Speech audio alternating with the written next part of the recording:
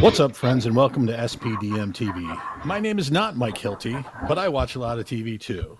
My name is Brian Larsen. I am part of the SPDM crew, and this week we're going to be talking about Castle, and I'm joined by Kyra Larsen, who also happens to be my daughter. So this should be fun. Welcome to the show.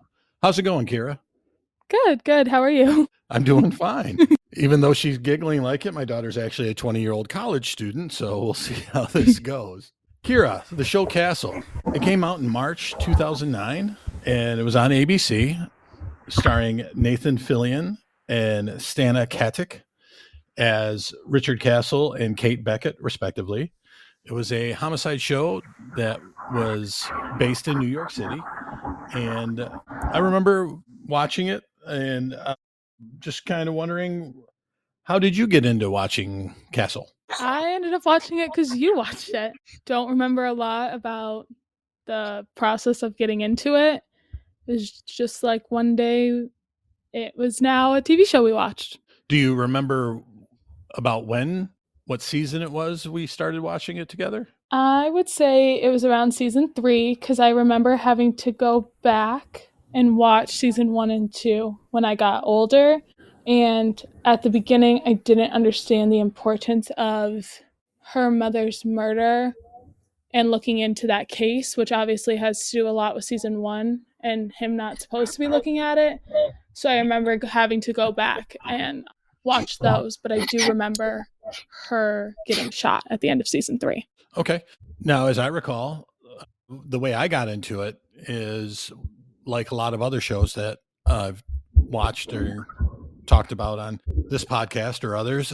Nathan Fillion was in a show called Firefly, which I really liked. And when he got show got canceled, his next show was this. So when I heard about it, I checked it out, and I was watching the first 2 seasons. And back in 2009, I believe you were a whopping 5 years old. So wasn't really something, I kept you up late watching during the week. But eventually, during time, I got divorced from your mother, and there were weekends when you would come over, and one of them I had the show on, and I don't remember which episode or where we were in it, but I think it was one of those nights where you weren't ready to go to bed yet, and we kind of watched something together, and I put this on, and you just felt like you really liked some of the characters. So was there any characters that you feel stuck out for you? I mean, obviously the main 4, which I would say is Castle, Beckett, Esposito, Ryan, were all big favorites. They're dynamic. And then watching them with Montgomery and then Gates later on, like that dynamic of the police station and the force was probably some of my favorite people. Well, good to hear as your father that you didn't say Castle and Alexis. So I'm pretty happy about that. Yeah, the big thing for me also was the dynamic that you mentioned, but the big one was actually Castle and Alexis. So let's break down some of the characters then individually. Team Castle, Team Beckett. Who are you? Team Beckett, obviously. Yeah. So what about Kate Beckett did you like? What's there not to like? She's great. I feel like she's very strong. She's like well-rounded. She has a lot of character development through the years. Stands her ground. She was always a great character overall. I feel like there was a point I was going to make, but I forgot it. It'll come back. They always do. So, she starts out, obviously she doesn't want anything to do really with the Playboy author kind of thing, but, first episode, season 1, somebody's killed that she recognizes came from one of his books. So she meets Castle, and they decide, she decides to bring him in kind of as a consultant for the first one, right? Yep. Yeah. Ashley Tinsdale is the first body we see with the rose petals on her body and sunflowers on her eyes. And it ends up being, spoiler alert, I guess, if you haven't seen it, but it's been, 15, 25 years? 2009 would be 16 years ago. Since we're about to do 2025. And I'm so glad that my college age daughter just said 25 years ago. Yeah. I don't know why I couldn't do the math there, but it ends up being her brother who does it. But I will let you know something, Kyra. In What? future, as we continue to record this, if you feel like doing any spoilers, you can just say, fuck you. You should have watched it already. It's not your fault. If you're listening to a Castle podcast, they probably have. Perfect. Well, her brother ends up doing it, but it's Castle who really cracks the case, and you see how their relationship goes from there. I think a real turning point in their relationship is you see in I think it's season 2, episode 1. Or no, sorry. I think that would be season 3, episode 1. Season 2 ends with him going off to the Hamptons with his second ex-wife, Gina. I always get the ex-wife order mixed up, but second ex-wife, Gina, and he doesn't call. And we see that mirrored with Alexis's Princeton boy from the summer. But he had made her a bet if he could connect the pieces on this triple homicide and how they're connected before he could come back. And you see that episode end with Javier asking, so how long did you know this was about counterfeit before he did? So you could see that she wanted him to come back, but she didn't want to ask for him to come back. And I feel like that's a big turning point in their relationship. Agreed. Very much agreed. So let's move on to Castle. What did you enjoy about Richard Castle as a character? He's funny. I don't know. I liked Castle, don't get me wrong. Like, he's a great character, but he's definitely, I wouldn't even call him my second favorite character. Like, after Beckett, I would say he comes slightly lower. So maybe you have some better pros for him than I do that you might want to give for the crowd. So, yeah, okay. Again, I've mentioned this before also. There's a lot, I try to identify with somebody in a show that I really like. That's when I like a show better, is when I feel I can identify with them. And I always liked Castle for his sense of humor, taking things lightly, but also being smart enough and to be able to jump into cases and help solve, and confident enough to stand up to Beckett and go toe to toe with her when they had arguments. And also the relationship he did have with his daughter, Alexis, and how, it's one of those things you always wish as a parent that you were able to do more for your kid.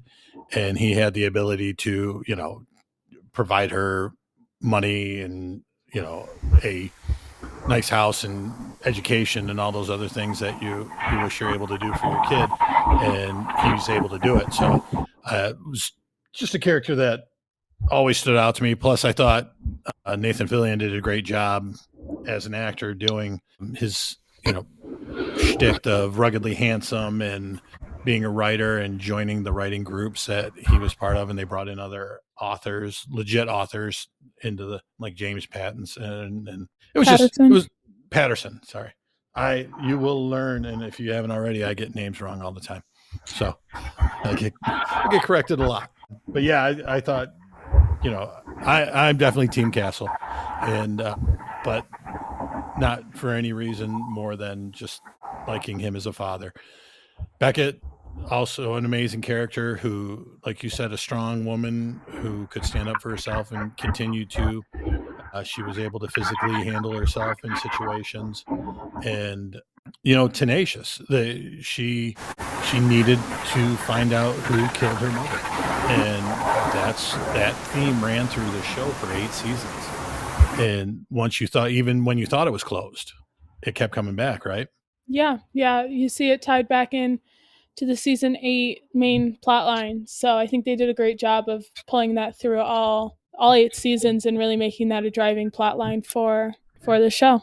Yeah, there was, I think, season 5 or 6, where they introduced the drug dealer the black guy. I can't think of his character's name now off the top of my head. Anyways, he was, the guy who basically was the evil side of the Lockstack group and did the kind of involved with the killing. I believe he's the one who hired out the guy who murdered her, but they only dealt with that for like a season, and not a season, an episode in season 5. So they dragged it along in a good way, but they didn't hit you for it like episode after episode after episode. As the seasons went on, they kind of stretched it out, which was nice. The other, I think, relationship we should talk about a little bit. Let's talk about Esposito and Ryan, the fellas. I love Ryan. I think Ryan's probably my second favorite character if I had to pick one. I feel like he, obviously there are times where Castle too, but Beckett and Esposito are willing to kind of like color outside those lines and really play on the edges of certain situations. And Ryan, you just see as like that black and white by the book, like counterpart that you can really build some characterization off of with that.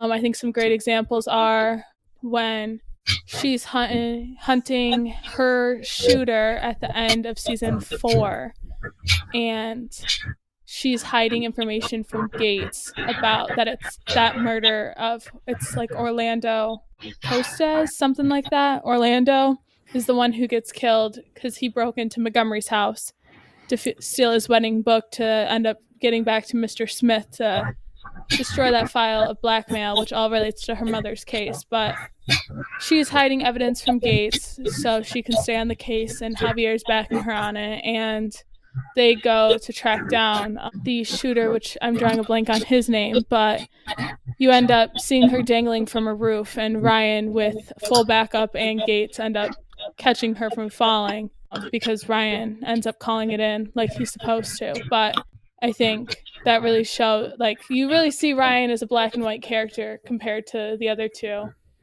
And another one that always comes to mind is when you're dealing with Esposito's dead partner, or not dead, but you think he's dead at the beginning of the episode, but him and it's Ike Thornton, right, end up going to try and steal the ledger.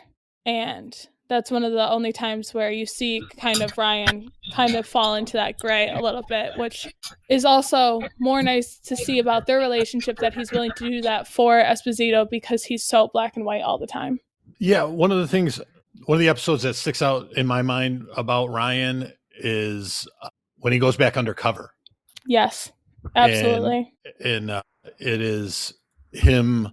You just see a different side of him, and he explains it. Hey, when you go over undercover, you have to become somebody else, and you have to be that character again, that person. And he pulls it off great. Yeah, Fenton, yep. And he sees that girl and gets slapped in front of Jenny, his real wife. And yeah, that was an interesting way. How are you going to have that conversation? So yeah, this is my wife. Cole Maddox. That was the guy. That was the shooter. Maddox. Thank you. Yeah. So that episode too, one of the things, and I like this sometimes when they pull it off very well in TV. That was one of those episodes where they started that with her hanging off the roof, and then they were like 24 hours earlier, and then you build up to that again. And that was the famous where she thought she heard Rick Castle calling her. Yes. And she pulls her off the roof, and then that's when she goes and confesses her love for him. Yes, that is season 4 finale. Yeah. So let's talk about some recurring characters that came back. Well, you know what? Let's talk about Alexa and Martha. Alexis and Martha, who are living with Rick. Let's hear about them from your perspective. I like them. I was watching it today just as like background noise. And I happened to watch the episode where Alexis goes off to Colombia. And it got me thinking about how like she is now like in the later seasons, like my age. And like I started watching it when I was so much younger than her. And like how that progression of like my age along with her character like really is right around the same time. And how I feel like I can relate to her as a character so much on so many different levels. And I think she really does add a lot for the show in general and Rick's character. Now, one of the things that you connect with or feel, is it that you're more mature than your father? No. You don't feel you're more mature than your father? No, I do, but that's not, I wouldn't say that's where I like fully fully find the similarities. Gotcha. So Martha, you got her living with him still. She is kind of a grown-up kid herself. She's an actress who is living off the fame of her son.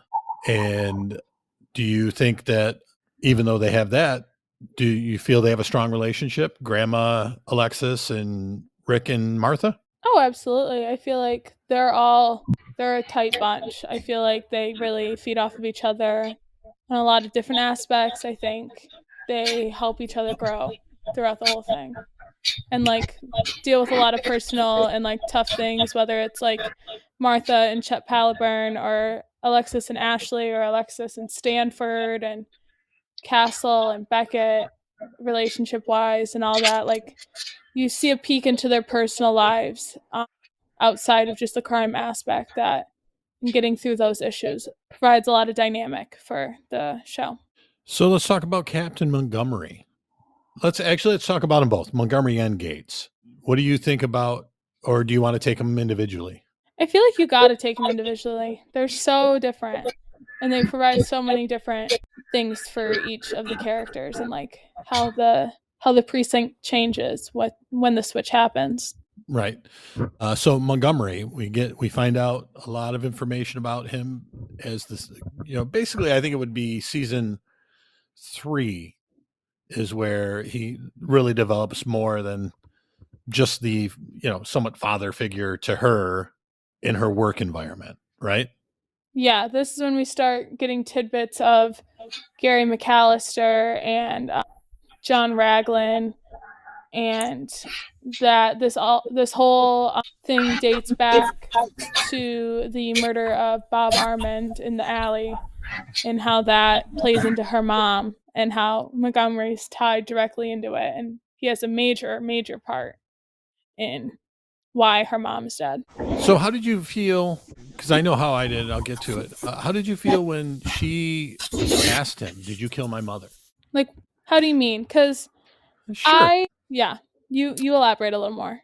So we're in a situation where she has trusted this man. He found her looking through her mother's case file when she was a beat cop and knew she was going to be special and pulled her out of that room, and she became a detective under his watchful eye, and he's been keeping an eye on her all these years to protect her, and she is grateful to him, obviously, but then she finds out he could be involved, and he was buddies with the two guys and part of that 3-man crew. And when she finds all this information out, instead of being 100% convinced there's no way this man who she has loved as a boss, first thing she does is, "Did you kill my mother?" I mean, you almost like can't blame her. I feel like that's like, as much as like that gratitude and that love is always going to be there, like you just found out that one of the people that has been helping and driving this whole investigation and like with you from the start has something to do with it and has been holding information back. Like you can't help but wonder how deep does that go and how much does that like have to do with the actual murder. And so I feel like she had every right to ask that just straight out. Good. I just wanted your opinion on it. It's one of those, it can go any way. You see how you want. That's a great thing about well done TV shows, that you can have different perspectives on different characters or situations. So Captain Gates comes in, and after Montgomery's killed, and now we have Beckett, who has to deal with somebody else who may not appreciate the relationship Beckett has with Castle. Yeah, I don't hate Gates by any means. She has her redeeming qualities. She has her redeeming moments.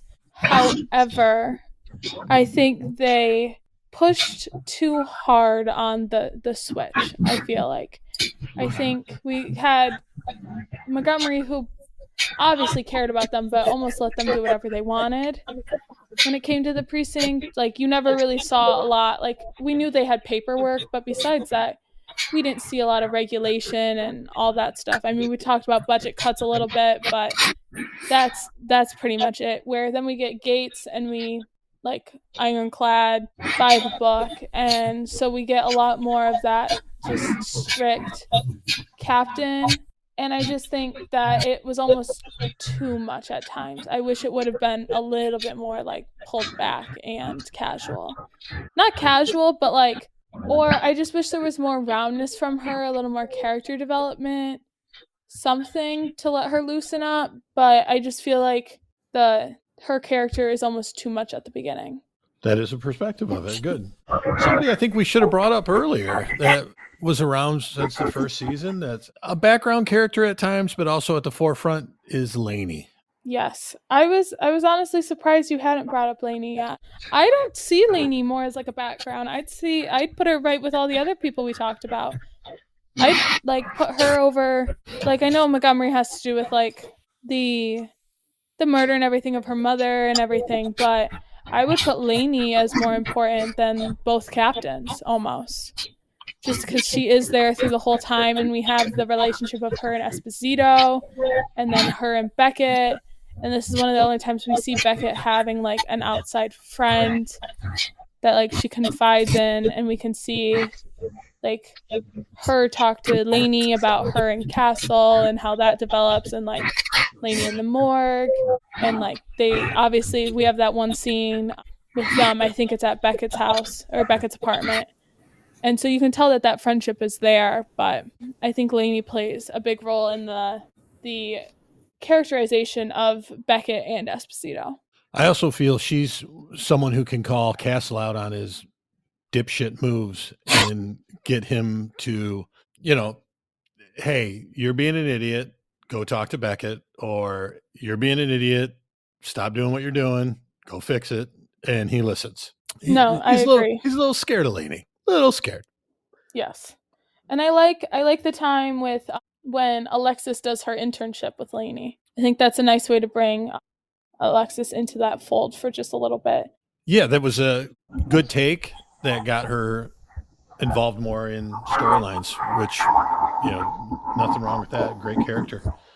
So, is there a reoccurring character or / storyline that we haven't talked about yet that you want to talk about? I'd say there's two. Slaughter, Detective Slaughter. Okay. His role and how he plays a part in everything. And then Jerry Tyson, Mr. 3XK. All right, let's tackle Slaughter first, because he only appeared in 2 episodes, I believe. Correct. He is played by Adam Baldwin. Okay. And Adam Baldwin was on Firefly with Nathan Fillion. And he was a star of, not the star. Nathan Fillion was obviously the star, but he was one of the crew on the ship. So he was in every episode with him, which I was going to get at later, but it was something that I saw, and it carries on today with The Rookie, that Nathan Fillion brings in old actors that he's worked with on shows, because they had Gina Torres on an episode of Castle. I believe Alan Tudyk was on there.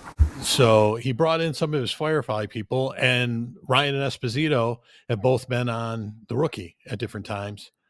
So it's a great thing you can do in Hollywood when you become a higher up star, that you can, get an opportunity to bring your friends onto Castle. So, or The Rookie, or whatever project you're working on. But yeah, Slaughter, using him, it was the anti-Beckett, the guy who's just, I'm going to do what it takes to get the job done, and I don't care if I hurt somebody doing it. But yeah, I really enjoyed the Slaughter character. Yeah, I think, and that happens right at the end of season 4. So like right before we get Beckett and Castle finally together. And so I think that really pushes Beckett to finally admit her feelings when she sees him with another detective. And I think it really shows their dynamic in like a different light. Like, we talk, for the audience, I'm an English major, so I talk a lot about characters and characterization and story plots and developing in a lot of my classes. And we talk a lot about one of the easiest ways to show characterization between 2 characters is to throw a third in there and see how the character interacts with that third character and play off of that. And I think throwing Slaughter in there in that time of like uncertainty between Beckett and Castle really stirs a lot up. And shows a lot, especially when in the end Castle finally turns to Beckett for help after Slaughter tries to force a kid to fake a witness statement, implementing someone. And you see that she was helping him all along and has surveillance footage of a car proving that the person that Slaughter's going to arrest is actually innocent. Yeah, if I remember correctly, they were fighting, and it was getting to the point where they were going to break up as partners. They didn't want to be around each other, so he ended up meeting or seeing Slaughter on TV, and he's like, "I'm going to go work with this guy," and it just did not fly.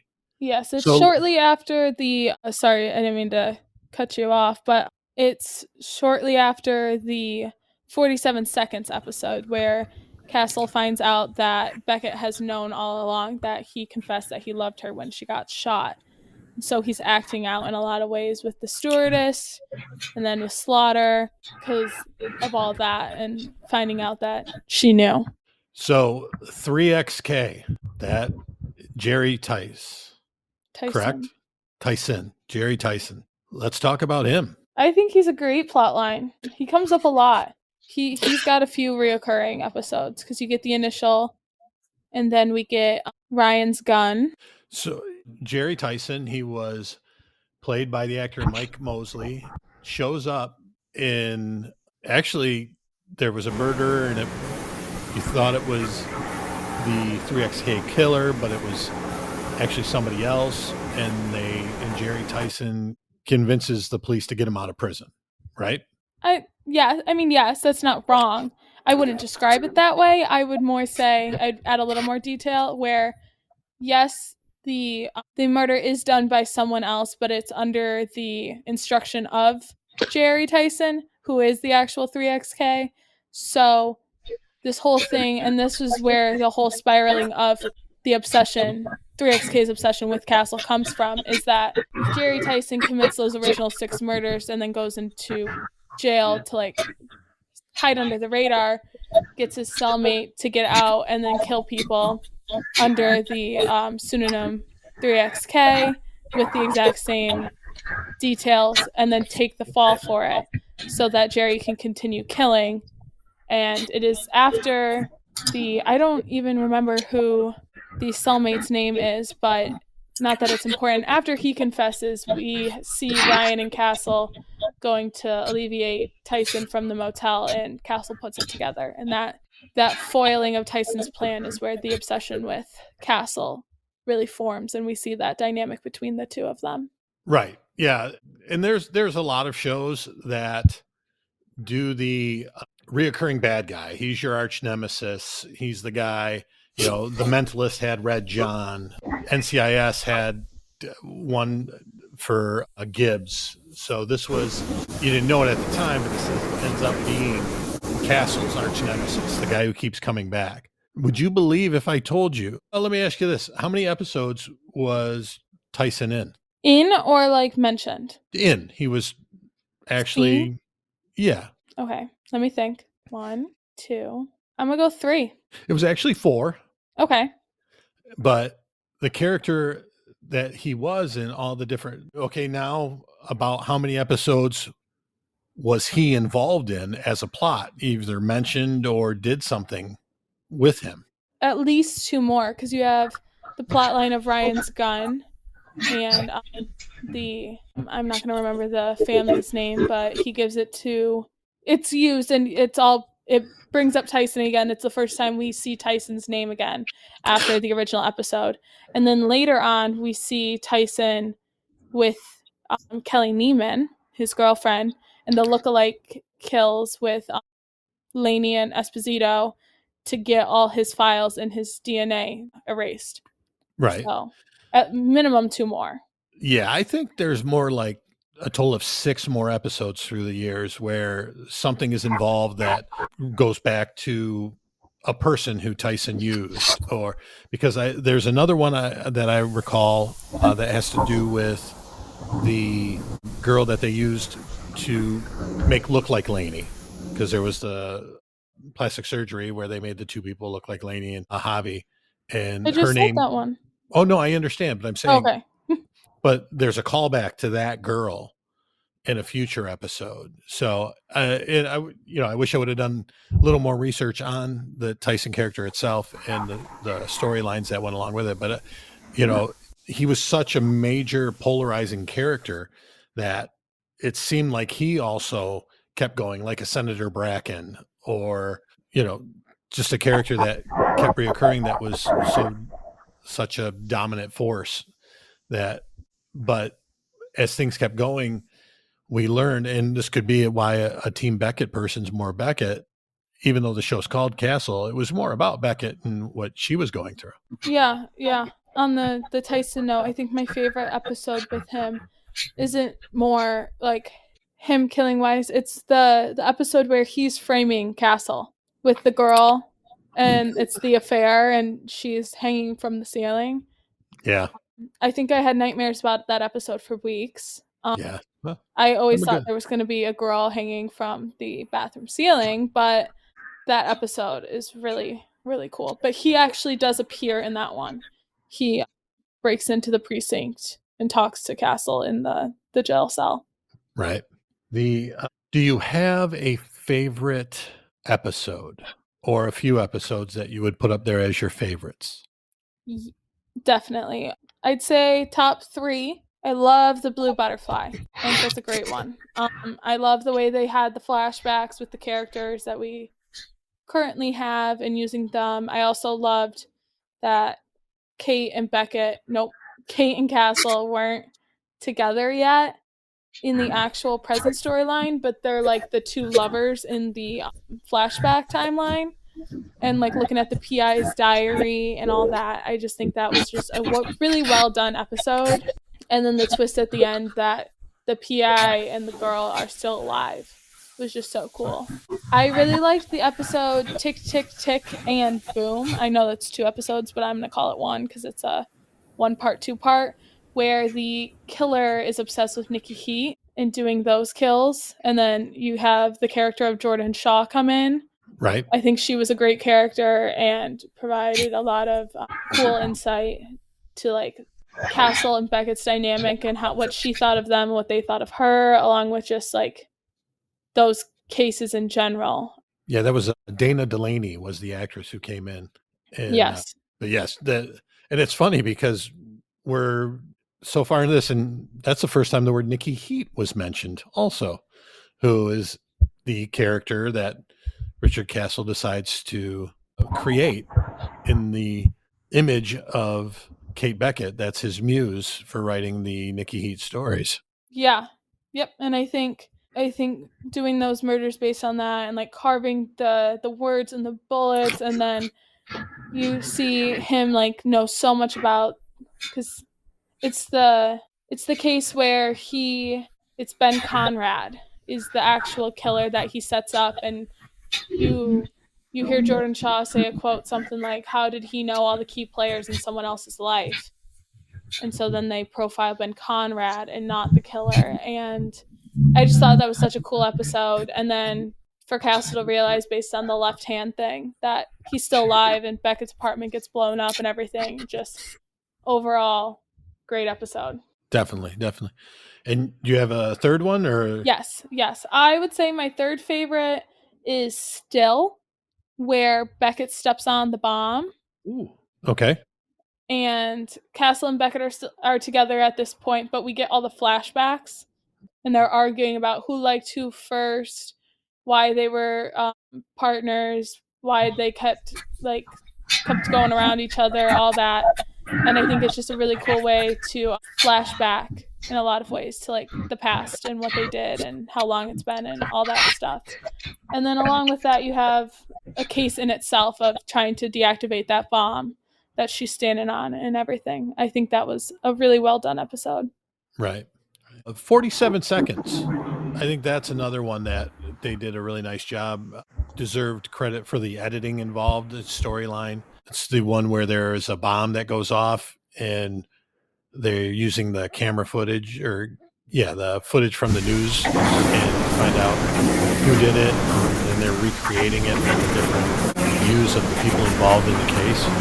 I think that one's also an excellent. You had mentioned 47 seconds earlier. So wanted to get back to that one. Yeah, that is a great one. I think they did a great job with, as they got witness statements and they got more time, they like filled in, like you said, the way they edited it and played it from those characters' viewpoints, and the switching of the angles and everything just like turned out really cool out in front of the plaza. So do you have a favorite season overall? I think the storylines and the cases and like the police work in season 2 is really interesting. They had a lot of really interesting cases. Those are like the ones where you have the, what's the word I'm looking for? It's the double down, I think is what the episode's called. It's where Beckett and Castle, along with Ryan and Esposito, each respectively catch murder cases. And they bet that, like, oh, Beckett and I are going to solve it first. And Ryan and Esposito are like, we're going to solve ours first. And it ends up being they're both involved. And it's the switched killers. Right. I think that was a really cool episode. You get the episode with Castle's ex-girlfriend Kyra with the bridesmaid. Alyssa Milano. Yes. I think there was just a lot of really cool cases in that season, but I like season 4 a lot, between Beckett and Castle, in that in between of, we know Castle loves Beckett, and we see Beckett in these therapy sessions, and we know she knows, and we know she also kind of feels the same way but isn't ready to open up. And you get a really nice dynamic between the two of them as they're trying to figure out that relationship and like where they fall. And I just think that provides a lot into their relationship. I like that season a lot. Is okay, kind of a tough question here, but do you feel they should have stopped at season 6? Absolutely. And what makes you say that? I love this show. Don't get me wrong. I've watched this show. I would say I put in at least 100 hours, if not way more. But the last 2 seasons just feel so far from, it's like we lost the point. Like, where are we? Like, what is going on? I don't mind, and I think this is still season 6 if I'm not wrong, where Becca goes to the AG's office and then she gets fired and she comes back and she's working again. Those are still fine. I don't watch them as often because honestly, I start to tail off at season 6. Like, when she goes to the AG's office, I start to lose more and more interest, and then season 7, I'm just checked out. Like, I don't even watch it half the time, to be honest. But the storyline of him going missing, and then the PI work, and then Haley coming in, and Lockset, just like, it takes such a left turn from where we originally started and what the other 6 seasons are about, that it almost feels like a different show. And it's clear, everyone found out as things continued that Beckett and Castle, well, Nathan Fillion and Stanek they didn't like each other. Correct. And they wrote the stories so that they were separated as much as possible. And even when they were in scenes together, you could tell as somebody watching the show, it's not the same as it was when it started. And it was very unfortunate. There was a point where they were talking about doing a 9th season without Beckett.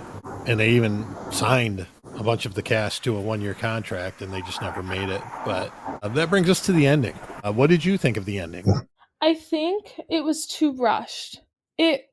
I understood where they pulled a lot of the points that they ended with, like along the lines of, it goes back to the guy that was the head of detectives, and they had planted those characters earlier on. Or not head of detectives, he was the greatest detective society, maybe it was. Right. Something like that. He pops up earlier, and we get that tie back to him with the Lockset stuff, and he ends up being Lockset. Yeah. And so we get those callbacks, and they're not too out of left field, but it almost felt too like, wait, what is going on?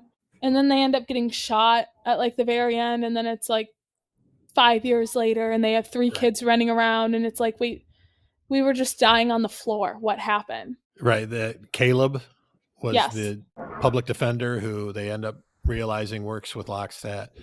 And then he shows up and puts bullets in them, and they're laying on the floor bleeding out, and they reach out and hold hands. And then they all of a sudden flash forward to the kids, 3, which, if you remember, there was the time traveler Yes. episode where he did say they would have 3 kids and she would end up a senator. But I just think they did this where, okay, we don't know what we're going to do if we're going to do a 9th season, so we're going to shoot this where one of them could be dead, both of them could be dead, or they both live, and they chose they both live and ended the show.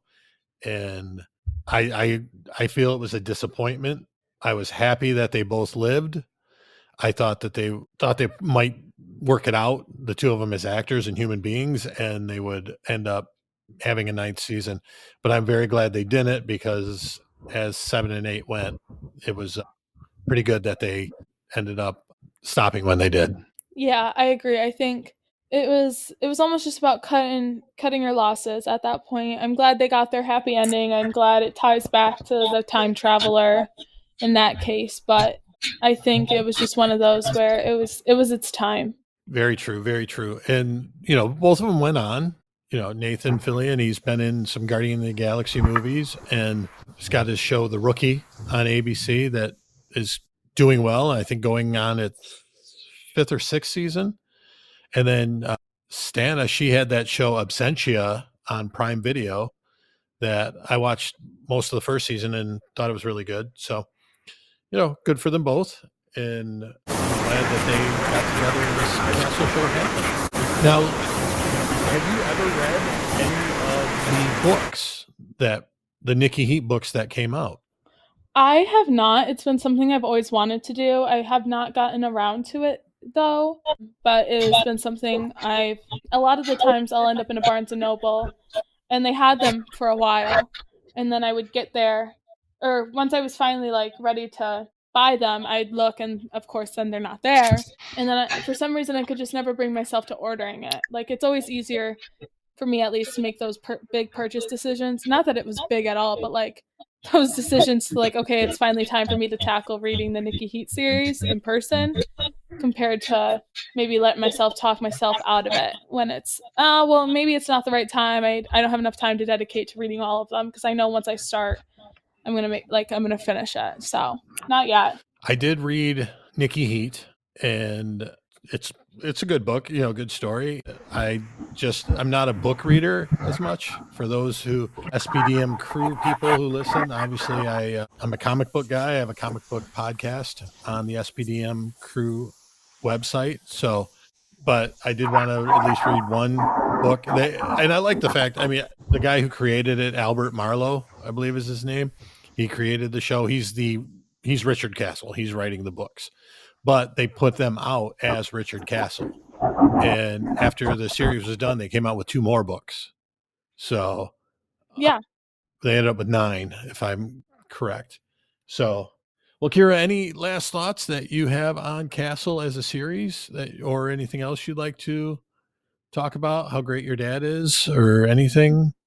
I don't think so. I think I got all my thoughts, opinions, comments, questions, concerns all out there. Okay. Any last things for you? No, not really. I my daughter is an amazing kid.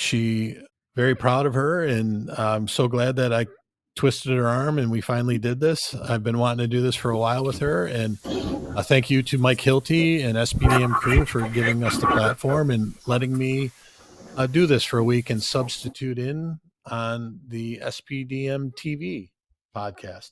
If there is anyone else who would like to check out my podcast, it is Comix Corner Podcast with B-Lar and Danny P. And you can find it anywhere you download podcasts. Kyra, is there anywhere people can look for you? No, they're not allowed to because your dad's an overprotective jerk. Okay, good to know. We'll keep that. So that's going to be it for this episode of SPDM TV. Be sure to like, rate, and subscribe to anything and everything SPDM crew, wherever you get your podcasts. Join us on social media on Facebook, Instagram, X, and Blue Sky at SPDM Crew. Check out our website, spdmcrew.com. If you've got a podcast idea and you're interested in being part of the SPDM crew, email us at spdmcrew@gmail.com. Until next time, happy watching, my friends.